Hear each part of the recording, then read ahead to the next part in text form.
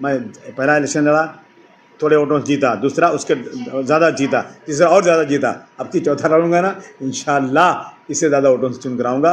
आपका बहुत बहुत शुक्रिया। मुझे उम्मीद है कि अबू आसिम को मायूस नहीं करेंगे। आपका भाई आपसे बात कर रहा है। यूपी में बीजेपी की सरकार है और बीजेपी सरकार में यूपी में तो ऐसा है ना कि मुख्यमंत्री जी किसी एक आदमी से मिलने को तैयार नहीं है। मुख्यमंत्री जी का इतना ज़्यादा अहंकार है कि इनके यहाँ कानून नाम की कोई चीज़ नहीं है। ये पुलिस उनकी सरकार चला रही है। असेंबली में कितना भी चिल्लाओ, कितना भी करो, कोई सुनने को तैयार नहीं। मगर महाराष्ट्र में वो बात नहीं है। महाराष्ट्र में सिर्फ 2 एमएलए हैं और आपने सुना होगा कि हम लोगों ने हर मुद्दे पर बात किया है, हर मुद्दे पर लड़ाई लड़ी है। और महाराष्ट्र में जो भी सीएम बनेगा किसी पार्टी का बनेगा और वो बात सुनते हैं, सुनेंगे, हम सुनाएंगे। और कम से कम 7-8 एमएलए होंगे ना तो आवाज़ सुनी जाएगी, संघर्ष किया जाएगा। और हम 8 एमएलए में कहना चाहते हैं ना कि कभी कभी 2 एमएलए चुन के आते हैं ना, तो जब सरकार बनती है सेकुलर ना, तो उसमें भागीदारी हो जाती है। अब की 145 की बात नहीं है कि 145 चुन के आएंगे तो ही हम सरकार बनाएंगे।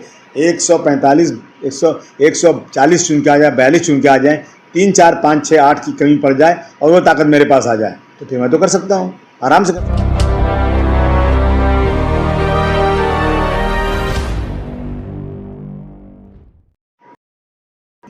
यूपी में बीजेपी की सरकार है और बीजेपी सरकार में यूपी में तो ऐसा है ना कि मुख्यमंत्री जी किसी एक आदमी से मिलने को तैयार नहीं है। मुख्यमंत्री जी का इतना ज़्यादा अहंकार है कि इनके यहाँ कानून नाम की कोई चीज़ नहीं है। ये पुलिस उनकी सरकार चला रही है। असेंबली में कितना भी चिल्लाओ, कितना भी करो, कोई सुनने को तैयार नहीं। मगर महाराष्ट्र में वो बात नहीं है। महाराष्ट्र में सिर्फ 2 एमएलए हैं और आपने सुना होगा कि हम लोगों ने हर मुद्दे पर बात किया है, हर मुद्दे पर लड़ाई लड़ी है। और महाराष्ट्र में जो भी सीएम बनेगा किसी पार्टी का बनेगा और वो बात सुनते हैं, सुनेंगे, हम सुनाएंगे। और कम से कम 7-8 एमएलए होंगे ना तो आवाज़ सुनी जाएगी, संघर्ष किया जाएगा। और हम 8 एमएलए में कहना चाहते हैं ना कि कभी कभी 2 एमएलए चुन के आते हैं ना, तो जब सरकार बनती है सेकुलर ना, तो उसमें भागीदारी हो जाती है। अब की 145 की बात नहीं है कि 145 चुन के आएंगे तो ही हम सरकार बनाएंगे। 145, 140 चुन के आ जाए, 42 चुन के आ जाए, 3, 4, 5, 6, 8 की कमी पड़ जाए और वो ताकत मेरे पास आ जाए, तो फिर मैं तो कर सकता हूँ, आराम से कर सकता हूँ। ये सरकार जो चलेगी ना तो हमारे बगैर नहीं चल सकती। वो शक्ति मैं मांग रहा हूँ, वो शक्ति मुझे दे दो। यूपी में हमारे पास 550 एमएलए आ जाएँ, लेकिन हम शामिल नहीं हैं सरकार में। मेरा ये कहना है कि हम शामिल हो जाएं, सरकार ऐसी बने आए जिसमें हम शामिल हो जाएं, तो आप देखिए क्या होता है। आवाज़ तो कोई नहीं कह सकता कि पूरे महाराष्ट्र में कोई नहीं कह सकता कि अबू आसिम समाजवादी पार्टी किसी मुद्दे पर भी जुल्म ज़्यादती के खिलाफ आवाज़ नहीं उठाई हो। आप इसके गवाह हैं। अच्छा, जैसे कि आपको 3 सीट या 4 सीट डिक्लेयर हुई है? 5 सीट। 5 सीट डिक्लेयर हुई, जिसमें से अभी भिवंडी वेस्ट में से सुनने में आ रहा है कि सूत्रों द्वारा कि आपको कहा जा रहा है कि वहाँ पे अपना कैंडिडेट मत खड़ा करो। देखिए, हम जो है ना सेकुलर पार्टी हैं। हम इस देश में फ़िरका परस्ती के ख़िलाफ़ हैं और हम नेताजी के उसूलों पर चल रहे हैं। अगर हमने भिवंडी वेस्ट की सीट छोड़ दिया ना तो बीजेपी को चली जाएगी। हम यही अपने महाविकास अघाड़ी को बताना चाहते हैं। हमने सर्वे कर लिया है। आप तो बहुत बिज़ी लोग हैं, आपको तो ज़मीन पे आप हैं नहीं, हम ज़मीन पर हैं। 99 से बार बार आपने ज़िद किया, 99 के बाद आपका एक भी एमएलए चुनकर नहीं आया। हमने जब मांगा आपसे, आपने कह दिया कि नहीं, हम कांग्रेस लड़ेगी, कांग्रेस लड़ी और हार गई, लड़ी और हार गई। अब मैं नहीं सीट छोड़ूंगा, इसलिए कि मुझे महाविकास अघाड़ी की चिंता है। मैं महाविकास अघाड़ी को आसमान की ऊंचाई पे ले जाना चाहता हूं।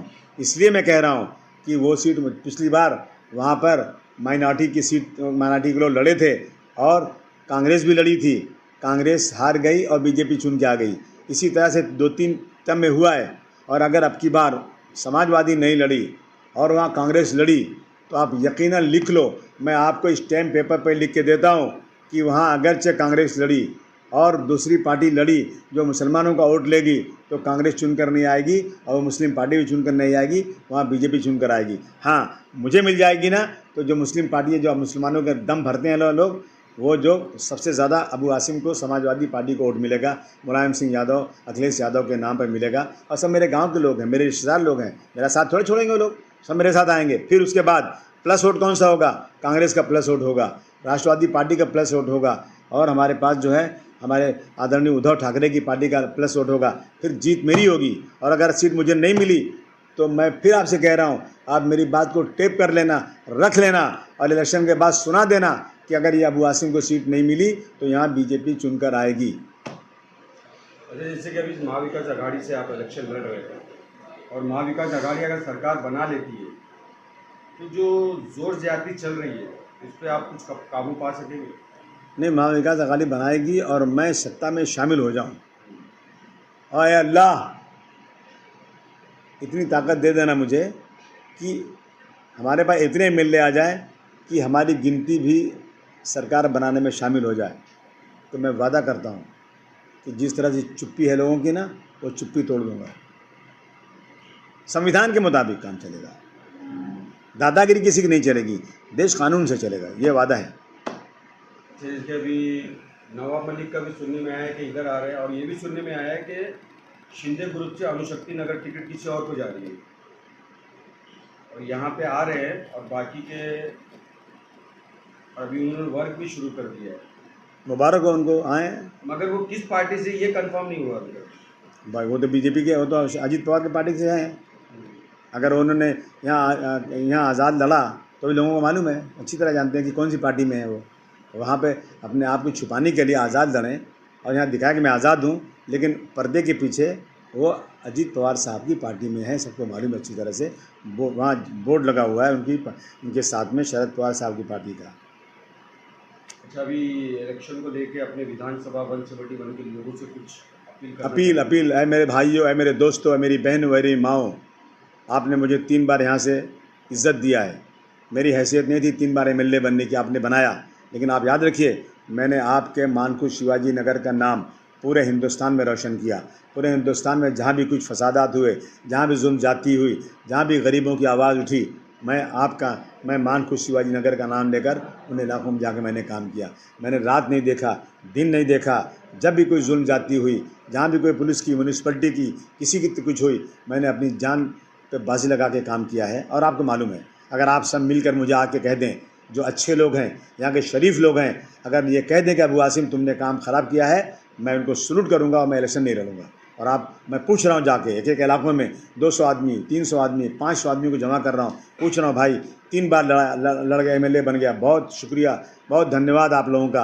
अगर आप कहते हैं तो अगली बार लड़ूँ, नहीं तो आप जिसको चाहेंगे उसको मैं उसके साथ खड़े होने को तैयार हूँ। अब अगर कुछ लोग आ रहे हैं भेष बदल के, जो अपने आप को शेर बता रहे हैं लेकिन भेड़िए हैं, वो जो अपने आप को इंसाफ पसंद बोल रहे हैं, वगैरह नाइंसाफ़ी हैं वो लोग, वो अपने आप सेकुलर बता रहे हैं, वो कम्युनल पार्टी के लोग हैं, वो आएंगे तो मैं कभी नहीं छोड़ूंगा, मैं लड़ूंगा।